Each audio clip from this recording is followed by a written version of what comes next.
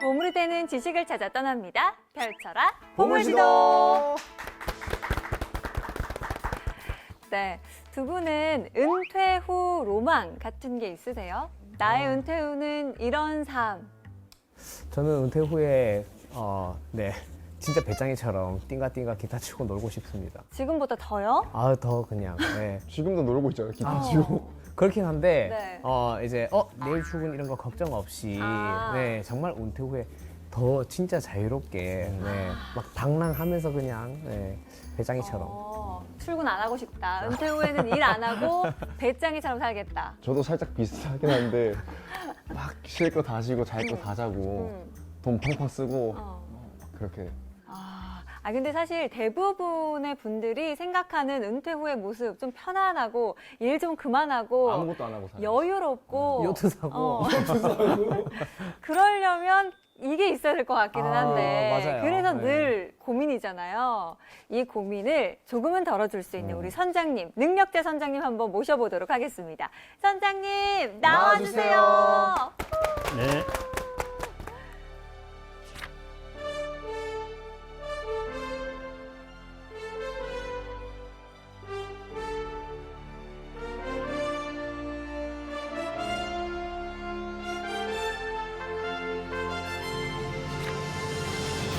선장님, 제가 어디서 이런 말을 들었습니다. 소름 끼치는 말이더라고요. 무려 은퇴 후 안정적으로 살려면 10억은 있어야 된다. 기본이다, 10억은. 네. 맞습니까? 동의하시나요? 국민연금을 150만 원 예를 들어 받는다고 생각하고 나이가 60세라고 그러면요. 그러면은 한 200만 원 정도가 더 있어야 이제 적정 생활비가 됩니다.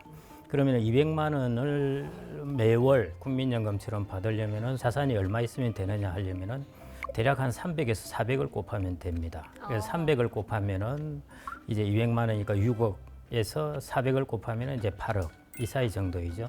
그 중앙값을 딱 가져오면은 7억 이렇게 됩니다. 그러니까 내가 국민연금을 받는다고 생각하면은 한 7억 정도 거기에다가 이제 유동성 자금이 좀 있어야 되겠죠. 한 1억이나. 그러니까 한 8억 정도 이 정도인데요. 집 포함해서 그렇게 생각하시면 됩니다. 왜냐하면 집 우리는 포함해서. 주택연금도 이제 받을 수 있기 때문에요. 네. 주택연금도 자기의 자산을 찾는 거나 마찬가지거든요. 그래서 집 포함해서 8억이라고 보시면은 그러면은 좀 뭐 합리적일 수 있겠구나 그런 생각이 드실 겁니다. 그럼 진짜 10억 있어야 되는 거 맞네요. 예, 그 정도 조금 이 필요할 정도 것 있으면 같습니다. 무의도식 할 수 있다. 무의도식 정도까지는 아닙니다. 요트 사고 그러려면 안 되고 은퇴 못 하겠어. 우리는 늙어 죽을 때까지 일해야겠다. 어느 순간 자산이 팍팍 모이실 거고요. 예, 지금 그 기준으로 너무 보시면 안 될 것 같고 제가 오늘 이제 주제는 이제 파3라는 주제를 했습니다. 은퇴하고 골프 치러 다니는. 은퇴 후에 골프를 골프 쳐라. 그래서 파3 하면은 제일 먼저 골프 생각하시잖아요. 예. 예. 근데 그 골프 파3는 또 아닙니다. 여기 역시 이제 PAR을 제가 앞 글자를 딴 것입니다. P라는 것은 페르소나라는 것입니다. 페르소나. 예. 혹시 들어보셨어요? 그럼요. 나만의 인격, 안에 그렇죠. 내면 네. 내세는 맞습니다. 인격. 이게 이제 영어에서 쓰기로는 이제 personality라는 단어로 쓰는데 원래 그리스 말입니다. 예, 그러면 혹시 페르소나가 원래 무슨 뜻인지 아십니까? 가면 어유 잘하시네요. 맞습니다. 선생님. 페르소나. 그 다음에 그러면 하나 더 나아가겠습니다. A는 아레테라는 것입니다. 아랫대. 예, 아레테는 혹시 들어보셨어요? 아랫배는 처음 들어봐요. 아랫배는 들어봐요. 아랫배. 아랫배? 응. 아랫배? 그냥 아르떼 하면 아레테는 들어보셨죠? 예술, 미술 뭐 네, 이런 거. 아레테는 들어봤는데. 근데 이게 스펠링이 아레테? 하나 딱 차이가 있습니다. 아레테. 예, 아레테. 아레테입니다. 그래서 이제 두 번째가 아레테라는 것인데요. 아레테라는 것은 뭐 이게 역시 그리스 사람들이 쓰던 말인데 내가 가지고 있는 강점이나 나의 덕목 이런 것들입니다. 예를 들자면은 칼의 아레테는 뭐냐? 물건을 잘 베는 것. 이런 것이죠. 예, 이런 것들을 이제 일컬어서 아레테라고 그러고요. 세 번째는 이제 영어니까 잘 아시겠지만은 relationship에서 관계라는 것입니다. 예, 그래서 이 세 개를 각각 앞머리 글자를 따서 이제 PAR 그리고 세 가지 종류라서 파3 이렇게 제가 이름을 붙여봤습니다. 알겠습니다. 그렇다면 은퇴 설계 어떻게 하면 좋을지 차근차근 예, 좀 예. 알려주세요. 예.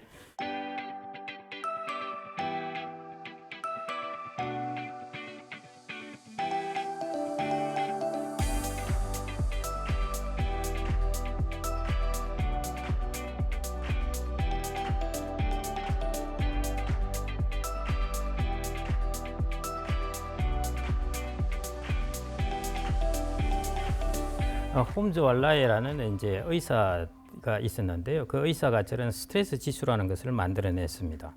그 스트레스 지수에 보면은 1위, 2위, 3위, 4위, 5위에 쭉 들어있는 것들이 배우자 사망, 이혼, 별거, 감옥 등의 수감 이렇게 되어 있습니다. 이런 것들에 스트레스를 많이 받는 것이죠.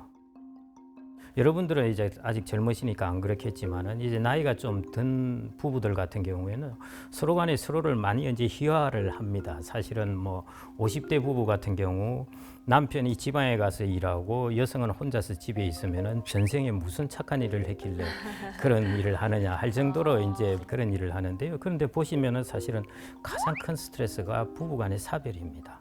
그 정도로인데요. 자, 그럼 이 5개의 공통점이 여러분들은 뭐라고 보십니까? 사람들은 어떤 경우에 가장 큰 스트레스를 받을까 하는 것이죠. 상실할 때. 애착 배우자를. 대상의 상실. 예, 네. 네. 너무 잘하시네요. 상실이라는 것은 다른 말로 하면은 있는 것이 없어지는 것입니다. 예, 그래서 저는 이제 이걸 보통 노년학에서는 이제 노후의 상실이라는 표현을 많이 쓰기도 하는데요. 저는 다른 식으로 요즘식으로 말하면은 이제 삶이 디지털적으로 변한다는 것입니다. 1이라는 것은 있는 것이고 0이라는 것은 없는 것인데요. 있다가 없어지는 것입니다. 있다가 없어지는 것은 중간이 없습니다. 중간 정도 있는 것이 없고요. 예를 들어 사별하면은 중간 정도 살아있다. 그 양자역학이나 있지 원래는 없습니다. 그다음에 뭐 별거를 한다든지 이혼을 한다든지 이건 다 있다가 없어지는 것입니다. 삶에서 가장 있다가 없어지는 것이 많이 일어나는 때가 인생의 후반전일 때입니다. 여러분들 같이 젊을 때는 없다가 있어지는 것이에요. 방금 결혼을 하시면은 배우자가 생기고 그다음에 새로운 또 시댁이라는 관계가 생겨나고 없다가 있어지는 것들이죠. 그다음 좀 있으면 자녀가 생겨나고 그래서 0에서 1로 변하게 돼요. 그런데 이제 인생 후반전에 가게 되면은 1에서 0으로 변하게 됩니다. 자기 부모님이 세상을 떠나게 되고 자녀가 독립하게 되고 이런 것들로 인해서 있다가 없어지게 되는 것이고요. 또 대표적으로 내 직장이 있다가 없어지게 되는 것입니다. 그래서 인생 후반전에 가면은 그래서 상실의 기간이라 하기도 하는데요. 지금 현재 어느 감각으로서 이해하기 쉬우신 것은 그냥 1에서 0으로 디지털적으로 갑작스럽게 변한다는 것입니다. 그래서 그런 것들 중에 스트레스가 이제 어떤 것들이 있냐 하면은 대표적으로 사실은 인생 후반전에 있어서 가지고는 자기의 역할, 가정에서의 역할 이런 것들이 많이 없어집니다. 그래서 이래 생각하시면 될 텐데요. 우리가 연극 배우들 보면은 연극 배우들이 가장 크게 스트레스 받는 것이 어떤 것이겠습니까? 내가 설 무대가 자리. 없는 거? 그렇죠. 없을 돈을 때. 못 버는 게 아니에요. 연극 배우들은 자기가 섰을 때 돈을 적게 받아도 좋은데 나의 배역이 있는 것입니다. 맞아요. 나의 배역이 없어지는 것만큼 연극 배우들에게 충격은 없어요. 막 스포트라이트를 받으면서 연극 무대에서 활발하게 활동을 하다가 갑자기 배역이 없어지는 것이죠. 이제 그런 면에서 이제 인생 오후가 되게 중요해지는데요. 셰익스피어가 그런 이야기를 했잖아요. 삶은 하나의 연극 무대다 그랬는데요. 인생 오전에 펼쳐지는 연극 무대하고 인생 오후에 펼쳐지는 연극 무대가 달라요. 사실은 그래서 이런 때 내가 인생 오후에 펼쳐질 연극 무대에서 나는 무엇을 해야 할까? 어떤 것들로 내가 거기서 연극을 해야 될까? 하는 것들이 이제 아주 중요해집니다. 그래서 그 유명한 칼 융이라는 이제 심리학자 있죠. 이런 이야기를 했습니다. 인생의 오전을 위해 만든 프로그램으로 인생의 오후를 살 수는 없다 하는 것인데요. 그게 제가 방금 말씀드렸듯이 인생 오전의 연극 무대에서 열심히 뛰다가 그 배역을 가지고 인생 오후를 살 수 없다는 것입니다. 이제 배역도 바꾸고 이런 일들이 일어나야 되는데 사람들이 이 적응을 잘 못하는 것입니다. 내 배역이 왜 사라졌을까? 내가 왜 저런 배역을 맡아야 될까? 막 이런 것들인 것이죠. 그래서 이때 우리가 1에서 0으로 디지털적으로 변하게 될 때 우리는 여기에 잘 적응을 하려면 무엇이 있어야 될까 하는 것입니다.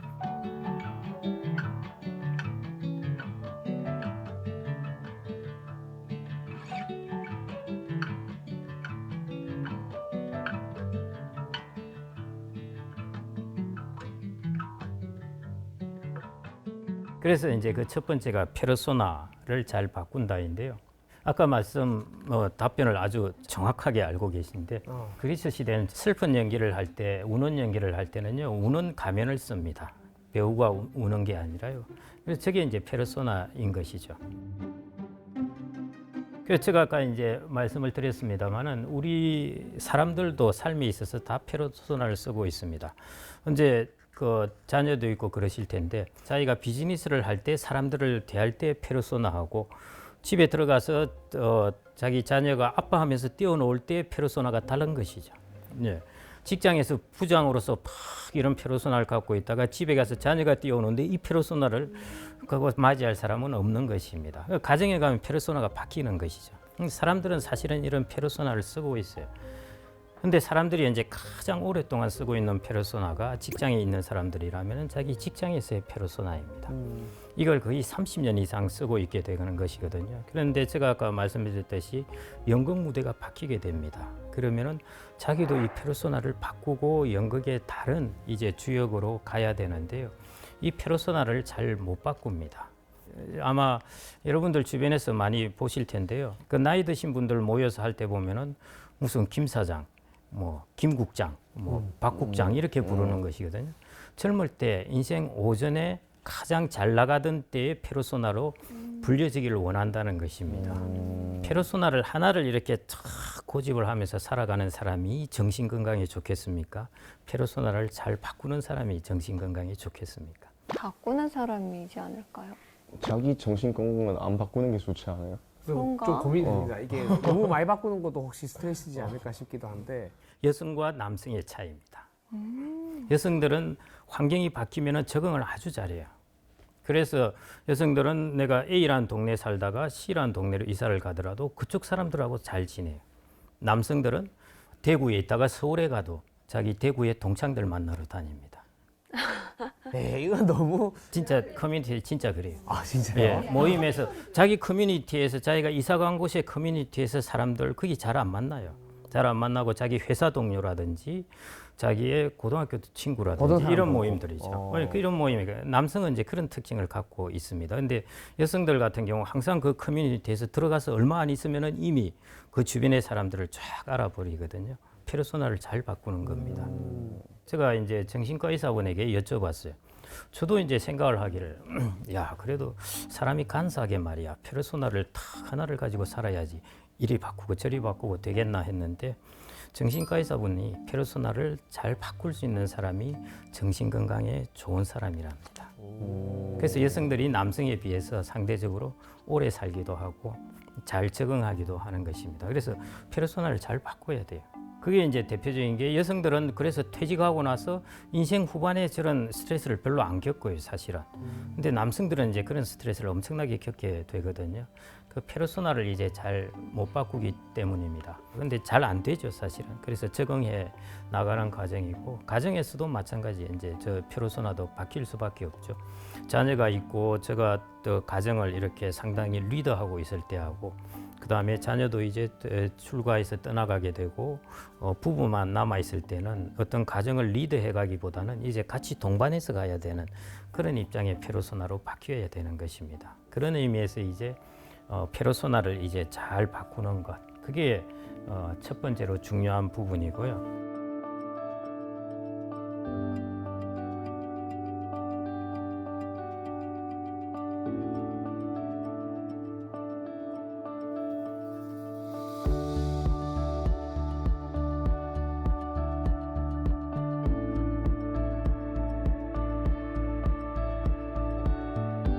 두 번째 이제 아까 페르소나라는 단어는 잘 아셨는데 이제 아레테라는 것으로 한번 넘어가 보겠습니다. 아레테. 여러분들은 젊을 때 일을 왜 하시나요? 먹고 살려고? 예, 나의 자아 실현. 근데 저의 우선순위의 1번이 월급은 아니에요. 예, 아, 네. 좋으십니다. 예. 그런데 너무 차이가 나는 것은 곤란하고. 그렇죠. 예. 그래서 젊을 때는 일을 하는 것은 대부분 돈을 벌기 위해서입니다. 예, 이제 가정을 이렇게 이끌어 가야 된다면은 그 소득이 있어야 되니까요. 그게 이제 일의 주된 동기이죠. 그런데 이제 나이가 들어서 퇴직을 하고 하게 되면은 일의 동기가 바뀌게 됩니다. 그래서 제가 이제 퇴직을 곧 앞둔 분들에게 도대체 퇴직하고 나서 왜 일을 하세요? 물어보면은 뭐 돈을 벌기 위해서라는 분도 있기는 한데요. 아까 말씀하신 이제 자아 실현, 혹은 뭐 가서 친구도 사귀고, 그다음에 건강도 증진하고 이제 파트타임으로 나가니까요. 그런 것 때문에 이제 일을 계속해야 되겠다 하는 것인데 여러분들 로버트 드니로가 나온 인턴이라는 영화 있지 않습니까? 네. 거기 보면은 로버트 드니로가 70이 이제 다 돼서 결국 부사장으로 은퇴했다가 다시 인턴으로 이제 들어가는 영화인데요. 뭐 돈을 벌러 로버트 드니로가 거기 들어가겠습니까? 가서 이제 좀 더 규칙적인 생활 그리고 사회로 다시 이제 들어가는 것이죠. 그래서 그 로버트 드니로가 인터뷰할 때 자기가 영상을 통해서 이제 지원서를 제출하는데요. 거기 보면은 자기가 퇴직하고 나서 꽃꽂이도 해보고 중국어도 배우고 뭐 해볼 것 다 해봤다는 것이죠. 그래도 이제 삶에 있어서 그런 부분이 채워지지 않아서 이제 인턴으로 지원을 한다. 그걸 이제 영상을 찍는 게 있습니다. 그래서 이제 퇴직을 하고 인생의 후반전에 가면은 일에 하는 가치가 좀 달라져요. 인생 전반전 같은 경우에는 돈을 벌기 위해서. 이제 인생 후반전에 가면은 비경제적 이유가 커집니다. 예, 가서 내가 좋은 사람들을 만나기 위해서, 그 다음에 내가 좀 더 규칙적인 생활을 통해서 건강해지기 위해서 이런 것들, 그리고 나의 자아 실현을 위해서 이런 이야기들을 하게 됩니다. 그게 이제 비경제적 이유이고요. 그런 부분이 이제 노후에 주로 일의 가치라고 많이 이야기를 하십니다. 그런데 제가 여기서 말씀드리고 싶은 것은 이거 다 일반인들이 알고 있는 이야기입니다. 우리나라 사람들이 너무 똑똑하기 때문에요. 제가 어디 가서 이야기하면요. 다 그냥 모범 답안처럼 이렇게 대답을 하시는데 저는 그래서 이제 그거보다 한 단계 더 깊이 나가야 된다 하고 그걸 주문하는데 그게 아레테입니다. 아레테라는 것은 아까 말씀드렸듯이 칼은 물건을 잘 베는 것이 아레테입니다. 그러면은 사람의 아레테는 뭘까요? 사람답게 잘 사는 것. 이제 관계를 맺고 의사소통하고 적응하고. 아레테라는 것은 자기가 가지고 있는 강점, 덕목, 탤런트예요. 그런데 사람은 만물의 영장이다 보니까요. 사람 전체에 공통된 아레테가 있는 것이 아니라 각 개인마다 아레테들이 다 있습니다. 다 탤런트들이 다르다는 것이죠. 그래서 이제 불교에 그런 이야기도 하는데요. 백화제방이라는 것인데 100가지 꽃이 다 피어 있는 아름다운 모습을 그린 것을 백화제방이라고 그럽니다. 꽃 중에 무슨 꽃이 제일 이쁘다는 것이 아니에요. 모든 꽃들이 다 이쁘다는 것입니다. 그 말은 사람 하나하나가 다 아레테를 가지는 각각의 꽃의 모양이라는 것이죠. 그래서 제가 가진 어떤 아레테도 있을 거고 여러분들이 각각 가지고 있는 아레테도 있습니다. 그런데 그 아레테가 뭔지 아시나요? 아직 모르겠습니다. 그렇죠. 저게 정답입니다. 쉽지가 않아요, 사실은. 그 사람은 자기를 계속 발견해 나갑니다.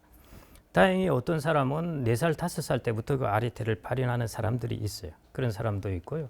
그 다음 한 20대 때 그걸 찾아서 나가는 사람이 있고 50대, 60대 찾아 나가는 사람들이 있습니다. 그게 이제 그런 아레테를 찾아보자는 것이죠. 사람은 자기한테 하나의 꽃처럼 씨앗이 심겨져 있는데 이 꽃을 활짝 꽃을 피워서 내 꽃은 어떤 모양이라는 걸 보여준 사람도 있고 지금도 그 씨앗을 가지고 있는 사람도 있고 그런 것이죠. 그래서 저는 인생 후반전에 사람의 수명이 짧을 때는 그럴 기회가 없습니다. 그런데 수명이 한 90살까지 간다. 그러면은 퇴직을 하고 나서 나의 아레테를 찾을 시간이 충분히 있다는 것이죠. 그래서 제가 이제 말씀드리고 싶은 것은 인생 후반에 자기의 일이나 하는 것에 있어서 아레테를 찾아보자는 것입니다.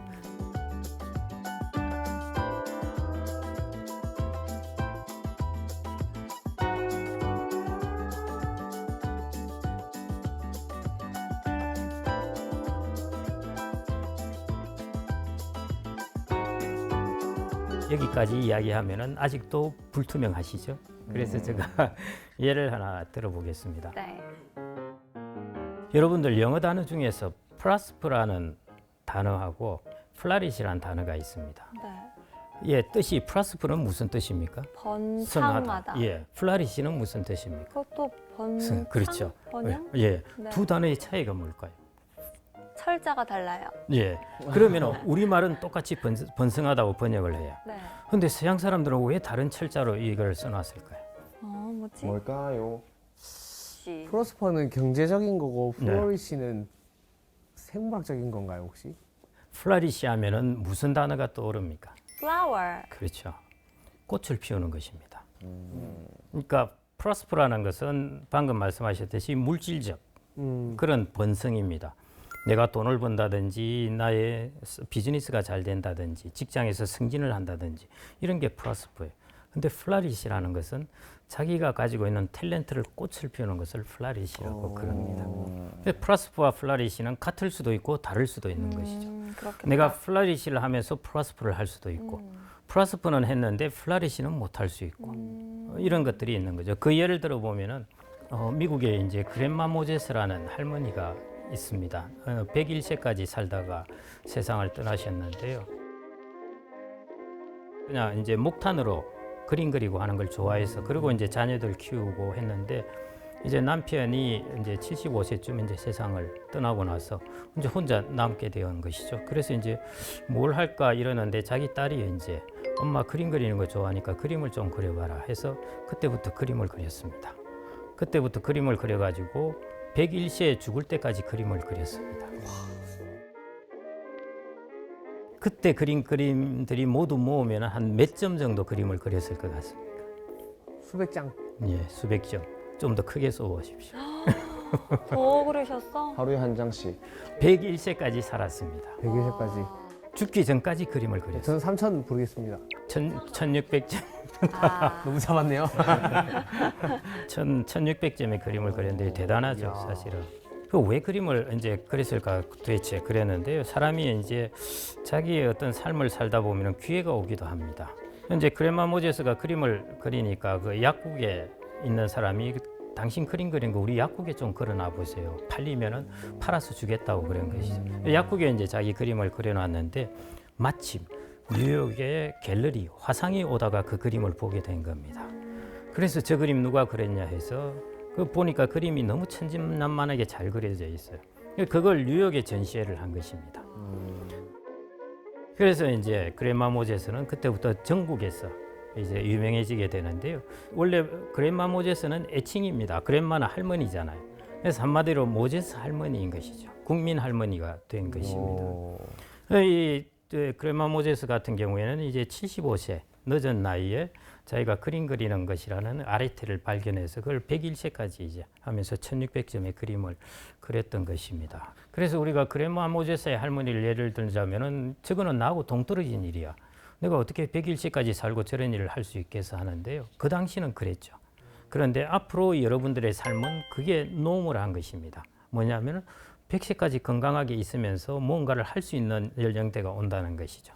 그래서 그랜마 모제스가 한 것과 같은 그런 행동은 여러분들이 노멀하게 할 수 있는 그런 시대가 온다는 것입니다. 그래서 여러분들이나 지금의 이제 베이비 부모들도 마찬가지인데요. 그 가지고 있는 아르테를 어떻게 발현하느냐 하는 것이 중요합니다. 그래서 이제 저번 주에 말씀을 하셨는데 그 95세까지 네, 90세 정도? 예, 90세 정도까지 네. 일을 하시겠다 하는 것인데요. 지금 이 일을 그때까지 절대 안 하실 거예요. 중간중간 이제 이 일은 은퇴하시고 또 다른 일을 다른 하시고 거 할 수도 있고. 그러면서 이제 추구하는 길이 내가 가지고 있는 아르테를 발현하는 것 이런 것들을 이제 하시게 될 겁니다. 그래서 은퇴 연령이라는 것은 그건 정말 국가가 만들어낸 그냥 숫자입니다. 그래서 그걸 전혀 생각하시지 말아야 돼요. 국가가 만들어낸 기준이 여러분들의 삶의 기준이 될 이유가 없으니까요. 맞아요.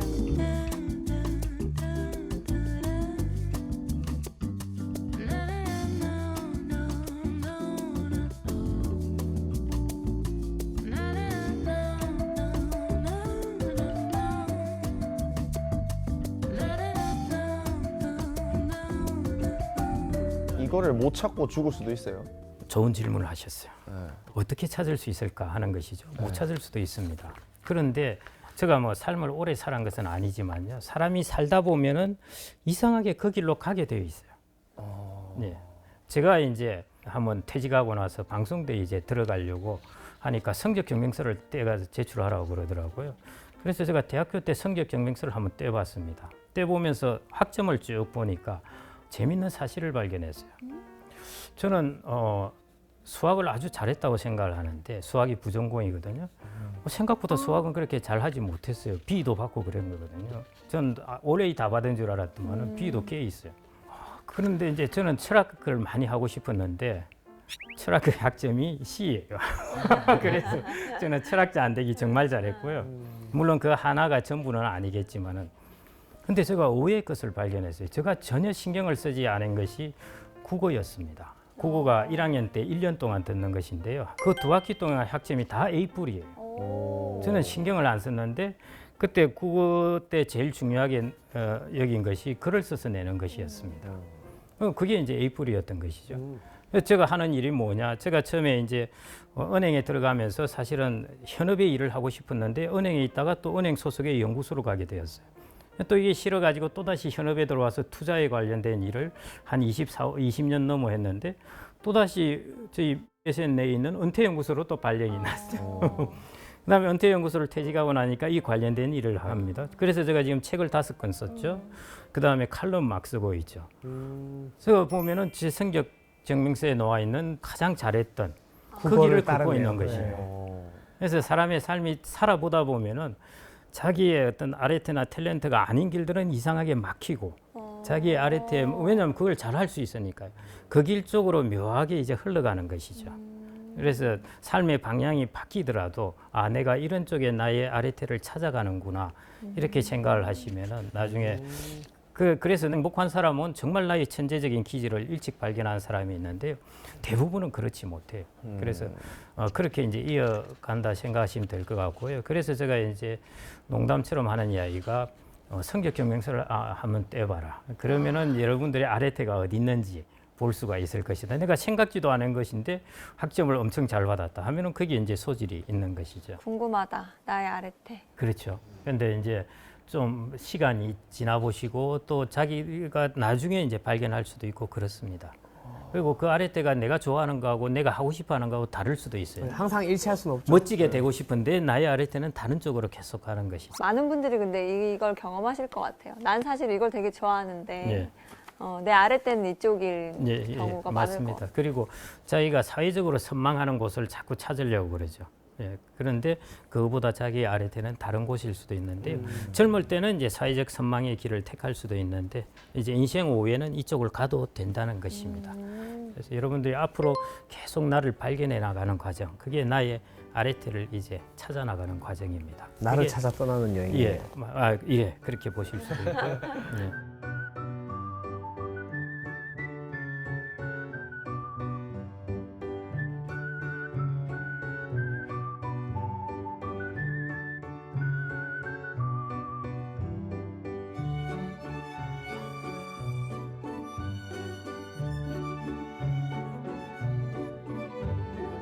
자, 세 번째가 이제 relationship, 관계라는 부분인데요. 관계 너무 중요하죠. 사회적 동물이다 보니까. 예, 정확합니다. 사회적 동물이다 보니까요. 나이가 드신 분들이 입버릇처럼 하시는 이야기가 있습니다. 외롭다는 말을 많이 했어요. 저희 어머니께서 언제 94세 만으로 그러신데요. 한 90 초반부터 항상 저희 외삼촌들 다 돌아가시고 동서들 다 세상 떠나고 친구들 세상 떠나고 그러다 보니까 항상 외롭다는 말을 이제 가끔씩 하시는데요. 여러분들은 안 그렇죠. 왜냐하면 여러분들 나이 때는 관계가 계속 확장되는 때입니다. 그래서 카톡에서 가끔 정리도 하고 뭐 이렇게 되는 거이지만요. 인생 후반에 가면은 관계망이 확 축소가 됩니다. 저절로 정리가 되죠. 예, 저절로 다 축소가 됩니다. 그래서 이런 관계망을 어떻게 새로 설정을 하고 관계망을 또 어떻게 또 풍성하게 유지해 나갈 건가 하는 이게 이제 되게 중요한데요. 도쿄대 노화연구소에서 재밌는 연구를 했는데요. 65세 이상 되는 5만 명을 추적 관찰했어요. 세 그룹으로 나누었습니다. A 그룹 같은 경우에는 이제 운동도 사회 활동도 하지 않고 그냥 있는 사람. 그다음에 B 그룹은 홀로 그냥 운동하는 겁니다. 나는 사회적 관계면 친구들은 별로 없지만은 내 혼자 피트니스 가서 열심히 운동하는 사람이고요. C라는 그룹의 사람은 운동은 잘 안 하는데 어디 빨빨거리고 잘 돌아다니는 사람이에요. 관계망이 좋은 사람입니다. A, B, C 중에서 어느 그룹이 제일 건강하겠습니까? 일단 A가 제일 예, 약할 것 같긴 해요. 네. 도쿄대 노화연구소의 결론은 C 그룹. 예, 사회적 관계가 좋은 사람이 건강하다는 것입니다. 그래서 여러분들이 관계망이 좋으면은 훨씬 몸도 건강해질 수 있다는 것이고요. 독일의 대문호 괴테는 저런 이야기를 했는데요. 천국에 혼자 살게 하는 것보다 더 큰 형벌은 없다. 여러분들이 노후에 아무리 내가 돈이라든지 이런 걸 잘 준비해놨다 하더라도 내 혼자 있다든지 가정에서의 나의 삶이 불행하다든지 하면은 맞아. 그게 큰 형벌이라는 것입니다.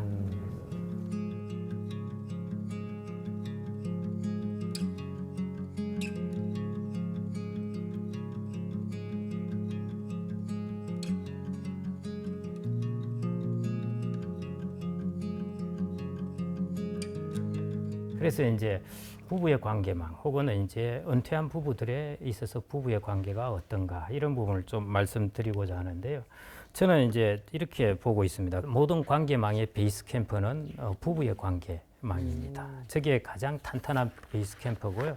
저게 잘 돼야 다른 여러분들이 암벽도 오를 수도 있고 에베레스트 산을 정복할 수도 있습니다. 그래서 부부의 관계라는 것은 노후 생활의 이제 베이스 캠프와 같아. 그래서 이제 그 부분을 살펴보겠습니다. 자, 은퇴 부부의 위기. 여러분들 은퇴 부부는 어떤 위기에 빠질까요? 왜 위기에 빠질까요? 이제 자녀들이 독립을 해가지고 자녀로 연결되어 있던 그 유대감이 내가 자식 때문에 산다 하는 게 이제 없어진 거죠. 예. 그래서 황혼 이혼 하시고 자식 관계망만 떨어졌는데 이혼을 하시나요? 아니 황혼 이혼이 요새 또 예. 하시는 우리 앞부분은 어르신들이 정확히 맞으십니다. 많으시더라고요. 예. 그러면 예, 정확히 그거 아닐까요? 맞으십니다. 그 이제 일한다고 많이 떨어져 지냈는데 예. 그렇게 오래 지냈는데 계속 붙어 있자니 너무 또 숨막혀. 서로 이 둘을 결합해 보십시오. 자, 지금까지 자녀와 그다음에 아내가 주로 삶을 살아가고 있고 남편은 밖에서 삶을 살아가고 있다가 자녀가 떠났습니다. 그런데 아내 혼자 있죠. 네. 그게 방금 말씀하신 거예요. 그런데 말씀하신 것은 여기로 남편이 뛰어드는 들어와요. 것이죠. 여기서 전혀 다른 이제 환경을 맞게 되는 것입니다. 그게 이제 은퇴 부부의 위기라는 것이고요. 그래서 이제 황혼이혼 이런 것들을 여기에서 우리가 어떻게 이 부분의 환경의 변화에 잘 적응하느냐 하는 것들이 이제 결정하게 되는 것이죠. 그래서 일본에 이제 바쇼라는 사람이 지은 유명한 하이쿠가 있는데요. 개구리 한 마리 오래된 연못에 뛰어드네 퐁당. 자, 이게 어떤 게 연상되십니까? 오래된 연못, 잔잔한 곳에 개구리 한 마리가 퐁당 뛰어든 것입니다. 아까 여기 말한 거 아니에요? 예, 연못에 파장이 촥 네. 일어나게. 그게 은퇴 부부의 상황인 것입니다. 남편이 집으로 들어간 거 아니에요? 그렇죠. 맞아. 개구리가 죄송합니다만 뛰어들어와. 예, 저 정도의 개구리가 큰 된 파장이라는 것이죠. 거지. 예, 그렇죠. 그게 이제 파장이 쫙 일어나는 것입니다. 그래서 저는 이제 여기에 대해서 그런 이야기를 하는데요. 제가 이게 칼럼을 쓴 그 중에 그래도 상당히 반응이 좋았던 것이 은퇴 부부가 가져야 할 3공입니다. 30. 예, 공. 3공인데요. 공.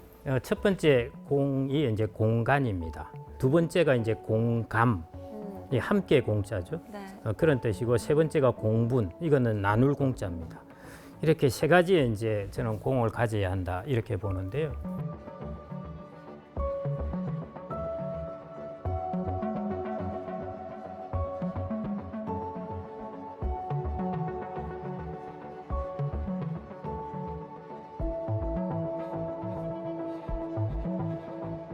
자, 첫 번째 공간이라는 것은 무엇일까 하는 것이죠. 여러분들 지금 앉아 계신 것을 딱 붙여놓지 않고 떨어뜨려 놓지 않습니까? 네. 이 정도 공간이 있어야 편한 것입니다.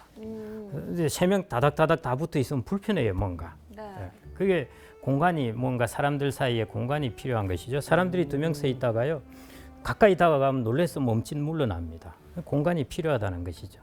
우리 선조들도 보면은 저런 건물에서 보시듯이요, 큰 집 같은 경우는 중간중간 저렇게 작은 중문을 만들어 놨습니다. 그러면서 공간들을 다 분리해 놨어요. 그래서 여자들이 지내는 공간 이런 식으로 분리해 놓은 것입니다. 우리가 삶에 있어서도 이제 저런 공간이 필요한 것이죠. 그러면은 어떤 공간이 필요한 것이냐? 첫 번째 물리적 공간입니다. 이게 뭐냐면 우리나라는 1층, 2층, 3층으로 되어 있는 게 아니잖아요. 2층, 3층 되어 있으면은 여차하면은 나는 2층에서 자고 당신은 3층에서 자고 그러는데요. 우리나라는 평면인 아파트에서 네. 거실에서 다 보게 되잖아요. 자녀가 이제 독립하고 나서 탁 있는데 이제 남편이 퐁당 뛰어든 것이죠. 그러면서 거실에서 맨날 보게 되는 것이죠. 얼마나 불편하고 그렇겠습니까? 이제 부부니까 불편 안 해야 된다? 그거는 아닌 것이죠. 그래서 저런 물리적 공간을 좀 두어야 합니다. 물리적 공간을 주어야 한다는 것은 무슨 뜻이냐면은 좀 나가 있어야 된다는 것이죠. 네. 맨날 집에만 붙어 있지 말고 공간을 다른 곳에 가 있어야 된다는 것입니다. 할 것도 없는데 나가 있어요. 그러더라도 나가 있어야 됩니다. 아 진짜 공감되는 게 저도 동생이랑 매일 싸웠는데 동생이 기숙사 들어간 후로 사이가 좋아졌죠. 네 매일 싸우는 대상이 없어지니까 네, 맞아. 맞습니다. 그래서 저 물리적 공간, 되게 특히 이제 필요하고요. 그다음에 이제 역할의 공간입니다. 역할의 공간은 아내가 하는 역할이 있습니다. 그런데 남성이 가끔씩 와서 그 역할을 내가 효율적으로 해주겠다고 침범하는 경우가 있어요. 제가 이제 한 10년 전에 들었던 것 중에 하나가 뭐냐면은 당신 가계부 가져와봐. 내가 엑셀로 다 정리해줄게. 아. 요즘이야 다 정리되지만 옛날에는 없었잖아요. 그래서 나의 사무 능력을 발휘해서 일목요연하게 정리해주겠다. 가져오고 싶겠습니까? 아니요. 그 자꾸 가져오라 그러면은 그 이제 역할의 공간을 침범을 하는 것입니다. 그리고 뭐 집안 정리 잘하니까 내가 다 정리해주겠다. 그럼 다 다른 것들이 드러나는 것이죠. 역할을 침범하지 말아야 할 공간이 있는 것입니다. 그래서 그게 이제 물리적 공간, 역할의 공간, 그 다음에 이제 시간의 공간도 필요한 것이죠. 이제 부부들 간의 시간을 어떻게 생각을 하고 있냐 봤더니 여성들에게 물어보니까 남편과 보내는 시간을 더 줄이고 싶다고 나와 있습니다. 남성들에게 물어보니까 뭐라고 답을 했겠습니까? 늘리고 싶다. 예, 늘리고 싶다. 있는 시간을 더 늘리고 싶다는 거죠. 이게 동상이몽인 거예요. 왜 그런 차이가 발생하죠? 여성들 같은 경우에 자기의 커뮤니티가 다 있습니다. 있고 젊은 세대는 다르지만요. 이 이제 베이비붐 세대들은 부부가 있다면은 여성들은 여전히 남편 뭔가를 밥을 해줘야 되고 자기 스스로 뭘 잘 못하잖아요. 그 불편한 것이죠. 그런데 남자는 그게 편하니까. 그러니까 자꾸 이제 자기 아내에게 자꾸 붙는 것입니다. 그래서 이런 부분이 동상이몽입니다. 이게 잘 이제 이해를 하셔야 되고요. 그래서 시간의 공간이 절대적으로 필요한 것입니다. 서로 뭐 취미 생활을 같이 하는 건 괜찮지만은 자기의 역할을 하러 자기의 시간을 가지고 이제 떠나야 되는 것이고요. 그래서 뭐 우스갯소리 중에 아내가 어디 나갈 때 뭐 어디 나가냐고 묻지 말고 몇 시에 돌아오느냐고 또 묻지 말고 뭐 이런 것들이 각각의 역할과 시간에 있어서 서로의 공간을 두어라는 것입니다.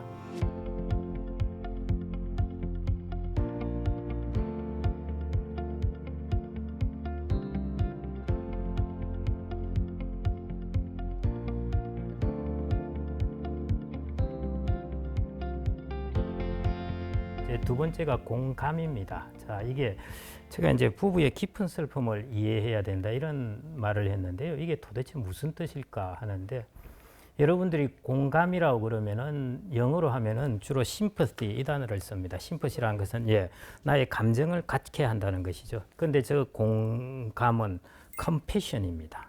연민 이렇게 번역되기도 한데요. 패션을 같이 한다는 것이죠. 패션은 여러분들 무슨 뜻입니까? 열정이죠. 여기서는 열정이라는 뜻이 아닙니다. 여기서는 깊은 슬픔을 패션이라고 그럽니다. 그래서 패션의 뜻이 열정도 있지만은 고난, 깊은 슬픔 이런 뜻도 있습니다. 그래서 컴패션은 깊은 슬픔을 같이 하니까 연민이라고 번역을 하는데요. 가끔 공감이라고도 번역합니다. 도대체 어떤 깊은 슬픔이길래 하는 것이거든요. 이 영화 혹시 보셨어요? 송강호가 나온 우아한 세계.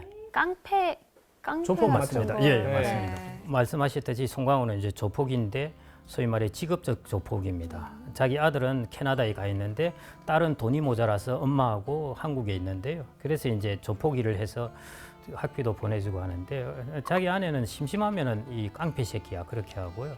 그다음에 자기 딸의 일기장을 어느 날 봤더니 우리 아빠는 왜 다른 조폭처럼 칼에 맞아 죽지도 않아? 이런 이야기를 써놓은 겁니다. 그러고 나서 이제 송강호가 하여튼 죽을 고비를 넘기면서 조폭에서 출세를 하잖아요. 그러면서 자기 아내하고 또 다 캐나다로 보냅니다. 그리고 자기는 조폭 생활 하느라 고혈압에다 당뇨에다가 가진 성인병을 이제 가지면서 마지막 장면에서 비디오 테이프가 배달됐는데 틀어보니까 캐나다에서 행복한 생활이 펼쳐지는 것이죠.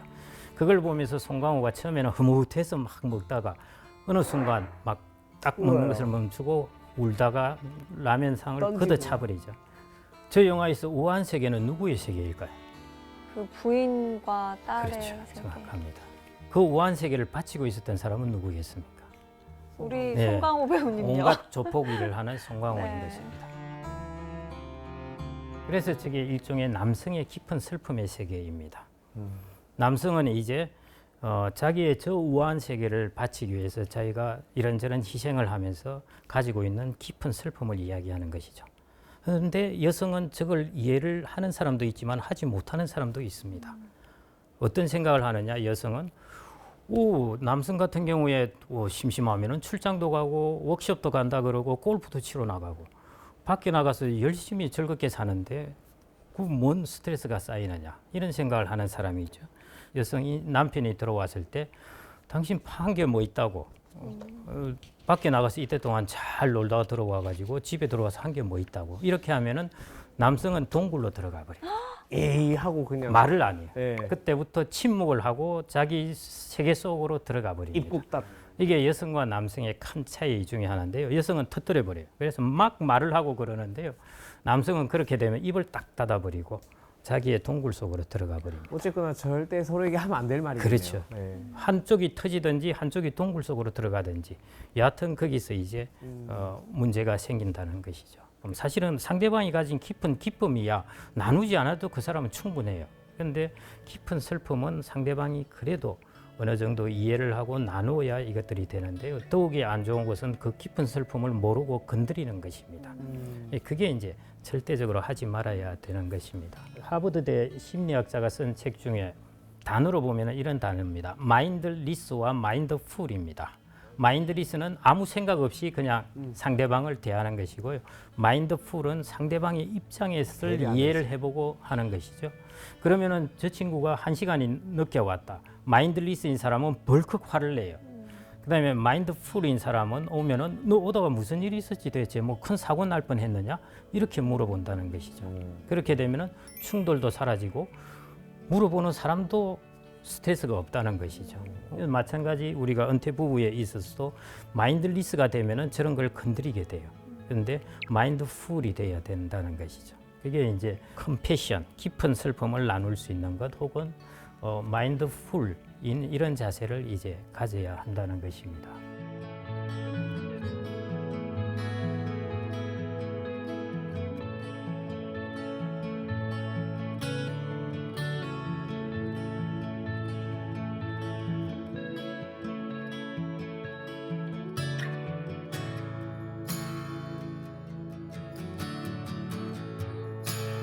그다음에 세 번째가 공분입니다. 이것은 이제 집안일을 같이 나눈다는 것인데요. 이것은 분노의 분자가 아니고 예, 나누다. 예, 분담한다. 맞습니다. 아, 그래서 안 분담하다. 그래도 이게 제가 국문학을 전공한 제 친구도 그랬고 네. 이게 야 이런 공부는 이런 데 잘 안 쓴다. 공부는 잘 뻔했네요. 예, 같이 분노한다는 단어로 쓴다 그랬는데 그래도 될 것 같긴 해요. 이게 약간 똘똘 뭉쳐서 하나가 되는 거죠. 예. 예. 저 공부는 집안일을 같이 나누자는 것인데요. 이제 남성들이 생각하기 착각하기 쉬운 것 중에 하나가 이제 자녀들이 다 떠나갔으니까 집안일이 훨씬 적어졌으니까 이제 당신 집안일 하기 훨씬 편해졌겠다는 것이죠. 당신 때문에 아니야. 예. 뿐만 아니라 당신 있잖아. 여성들은 나이가 들어가면서 힘들어져요. 맞아. 예. 그래서 집안일을 같이 공분 나누어서 해야 된다는 것입니다. 그래서 아까처럼 이제 잔잔한 오래된 연못에 개구리가 퐁당 뛰어들어서 이게 퍼지는 것들이 잔잔하게 아름답게 퍼지려면은 저렇게 공간, 공감, 공분 이 세 가지 이것들을 이제 잘 해야 될 것 같고요. 제일 중요한 것은 아마 공감 저게 아닐까 싶고요. 기억하기 쉽게 하려고 제가 별의별 이런 것들을 다 만들어내는데 말씀하신 걸 들어보니까 딱 한마디로 정리하자면 그럴 것 같아요. 조금은 떨어져서 서로를 위로를 하면서 힘든 일을 나누고 같이 하자. 예. 이러면 정말 최고의 부부가 되지 않을까. 실천이 물론 어려운 거겠지만. 예. 그냥 성공을 한마디로 해버렸네요. 정리를 잘 해주셔서 정말 감사합니다. 예. 그래서 앞으로 이제 은퇴 부부들 여러분들도 해당되겠네요. 그 부부들의 베이스 캠프를 튼튼히 하려면은 나도 집에 3공을 두고 있다. 예. 3공을 두고 나의 가정을 다스린다 했어요. 그래서 공간, 공감, 공분 이것을 생각을 하시고요. 이걸 잘 실천하시면은 아마 행복한 생활이 되실 것 같습니다. 그래서 오늘 저의 결론은 아까 파3 파스리. 말씀을 드렸는데요.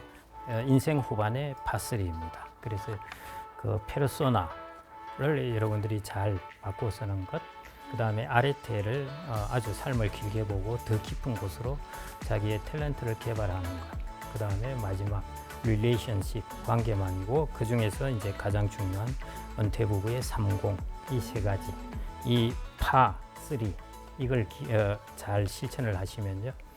여러분들 꼭 돈을 자산 관리를 잘하는 것, 그 다음에 떠나서 나 자신의 주변을 잘 관리하는 것도 아주 중요한데요. 그걸 관리하는 데 있어서는 이 파3를 잘 기억하시면 좋을 것 같습니다.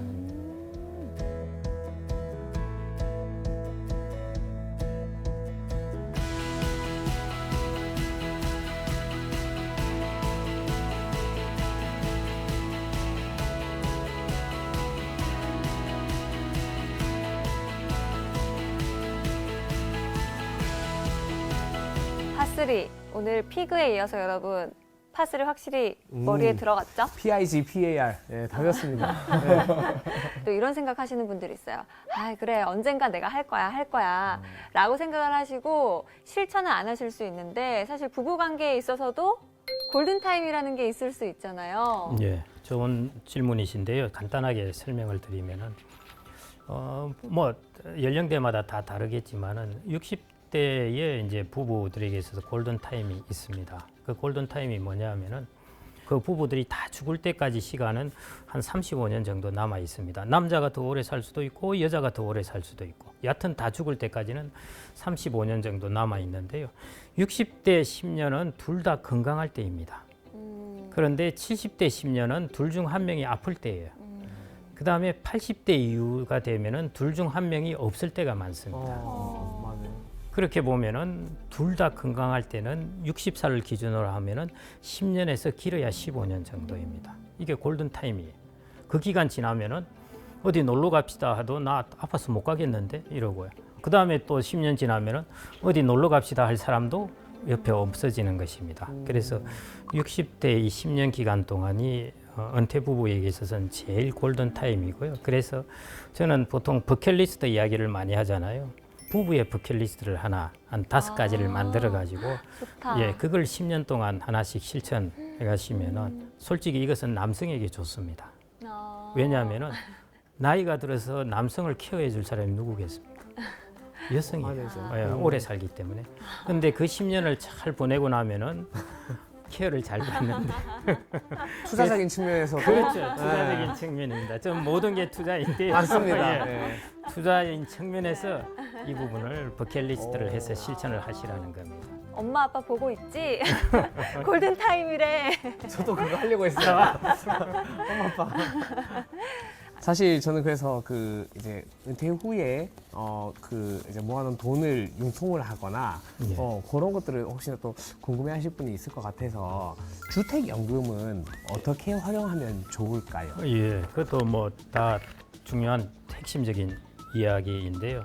왜 나의 소득이 좀 떨어졌을 때 국민연금에다가 주택연금을 합치면은 그러면은 꽤 많은 소득을 만들어낼 수 있습니다. 그렇게 활용하시면 좋고요. 그다음 또 하나 주택연금을 활용하는 방법은 뭐냐 하면은 내가 잘 계획을 세워놨는데 갑자기 예기치 않은 일이 발생할 수 있습니다. 그때 주택연금을 스페어 타이어로 생각하시면 됩니다. 보험용이다. 예.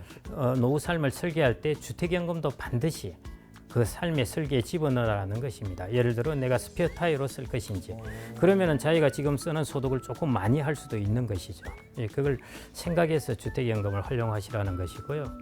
그다음에 다양한 이제 방법 활용하는 방법 중에 하나는 이제 주택연금이 공시가격 기준으로 12억까지 가입할 수 있습니다. 시가로 치자면은 17억, 18억 정도 주택도 가입할 수 있다는 것이거든요. 그다음에 주택이 두 채, 세 채라도 합쳐서 공시가 12억 이하면 가입할 수 있습니다.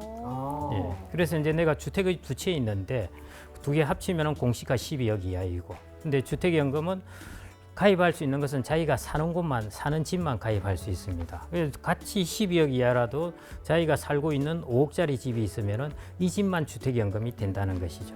그다음 나머지 5억짜리 집은 이제 주택연금은 안 되는데 가입은 된다는 것이죠. 그런데 내가 주택이 두 채 있다. 근데 야 이거 내가 가지고 있는 것이 이것뿐인데 이 가격 떨어지면 어떡할까? 이런 고민이 있으면은 한 채는 주택연금으로 자기가 소득을 마련하고 한 채는 임대로 주어가지고 임대소득을 받고 하면 이 둘의 이제 소득을 합치면요 주택연금에 가입하면은 그 즉시로 자기의 주택 가격 하향 리스크는 없어집니다.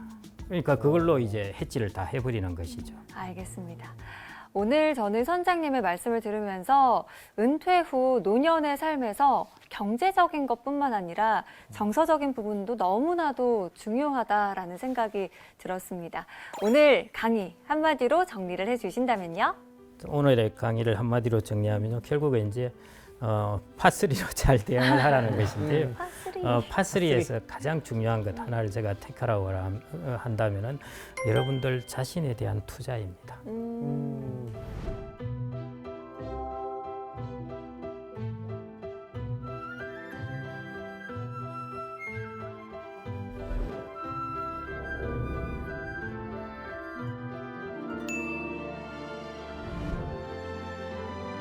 오늘 선장님과 함께 은퇴 후 삶에 대한 설계 조금 생각을 해보는 시간을 가져봤는데 두 분은 오프닝 때 드렸던 질문을 다시 들으면 조금 답이 달라졌을 것 같아요. 달라졌습니다. 그렇죠. 내 은퇴 후의 모습 지금은 어떻습니까? 네. 이제 무의도식하는 배짱이보다는 저도 제2, 제3의 또 이렇게 인생이 계속 또 생기는 거니까 지금부터라도 저도 능력을 좀 키우고 새로운 인생을 좀 준비해야 되지 않을까 좀 생각이 들었습니다. 저는 사실 뭐 돈만 있다면 일단은 놀고는 싶어요. 아, 일단 좀 놀겠다. 좀 놀아보고. 놀 수 있을 때까지는 좀 놀아보겠다. 만약에 이만큼 내가 일을 열심히 했다면 좀 놀아는 보고 싶어요. 맞아요. 잘 노는 게 아리테일 수도 있습니다. 그렇죠. 그럴 것 같아요. 저는 잘 찾았다. 놀아라 해도 재미가 없어요 노는 게. 그래서 찾았다. 저는 이걸 하는 거고요. 어. 잘 노는 걸 통해서 네. 그걸 통해서 또 뭔가 비즈니스 모델을 만들 수도 있습니다. 맞습니다. 네. 오, 찾았네 아르떼. 벌써 너무 일찍 찾았는데. 그러네, 너무 일찍 찾았네. 알겠습니다. 은퇴에서 은은 숨을 은자입니다. 하지만 우리가 어떻게 하느냐에 따라서 이 은이 실버로 바꿀 수도 있지 않을까 하는 생각이 들었습니다. 내 노년의 삶을 바꾸는 은퇴 설계, 지금 바로 시작해 보시기 바랍니다. 다음에도 흥미로운 주제로 찾아오겠습니다. 다음 주에도 찾아라 보물지도.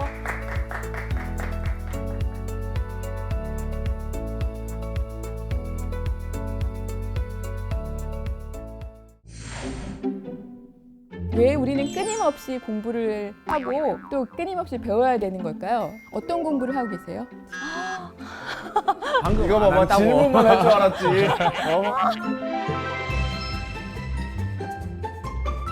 작년에 BBC하고 제가 인터뷰를 했는데 한국의 수능 시험이 세계에서 가장 어려운 시험이라고 하더라고요. 네, 난이도가 가장 아이들이 높다. 스트레스 많이 네. 받는 시험. 그렇다면 여기서 그냥 이렇게 살아야지, 이렇게 할 것인지 아니면 새로운 변화를 시작해야 되는 거 아닐까. 그 공부를 하는 이유가요. 그 자체가 즐길 수 있어야 되는 게 공부라는 거예요. 삶에서 경험하는 모든 것. 네, 지금도 공부 중이네요. 공부 중이에요, 우리는.